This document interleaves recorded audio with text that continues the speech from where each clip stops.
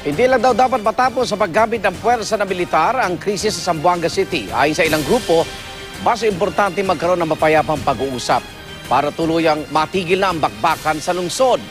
Nakatutok si Cara David.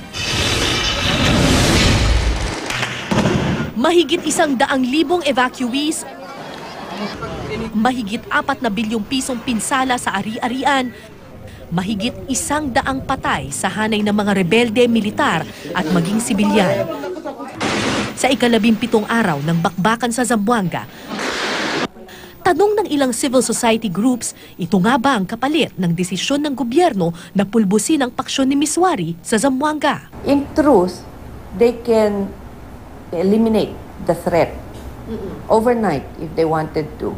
But to do that is now going to put Zamboanga City, the islands, and possibly parts of central Mindanao into another cycle of really destructive violence.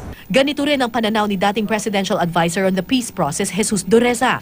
Pagkatapos ng bakbakan, dapat hindi raw bitawan ng gobyerno ang pakikipag-usap nito hindi lang sa MILF, kundi maging sa MNLF. Military option should not only be the only option. Dapat it's only part of an overall strategy. Sa ngayon, they have been resorting only to military option. I think it's too late in the day, but there's still time to shift to other options after the military option has also been taken into account. Isa pang ikinatatakot ni na Rasul ay ang posibilidad na mapatay sa engkwentro ang MNLF leader na si Haber Malik. Ani Rasul, kapag nangyari ito, baka makakuha ito ng simpatya mula sa ibang puwersa nila sa mga karating probinsya.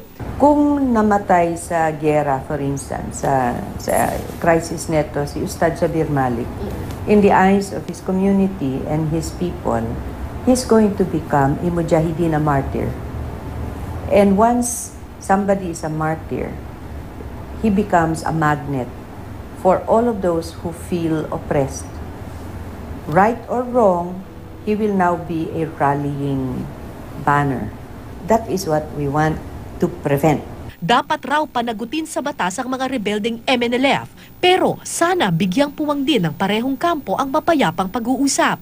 Kamakailan naglabas ng pahayag ang Organization of Islamic Cooperation at nanawagan ito na ipagpatuloy ang tripartite review process sa pagitan ng gobyerno at MNLF para maayos ang gusot ukol sa 1996 Final Peace Agreement. Indonesia ang namamagitan sa usapang ito. The rule of law must be observed. But first, you stop the cycle of violence. Cara David, Nakatutok, 24 Oras.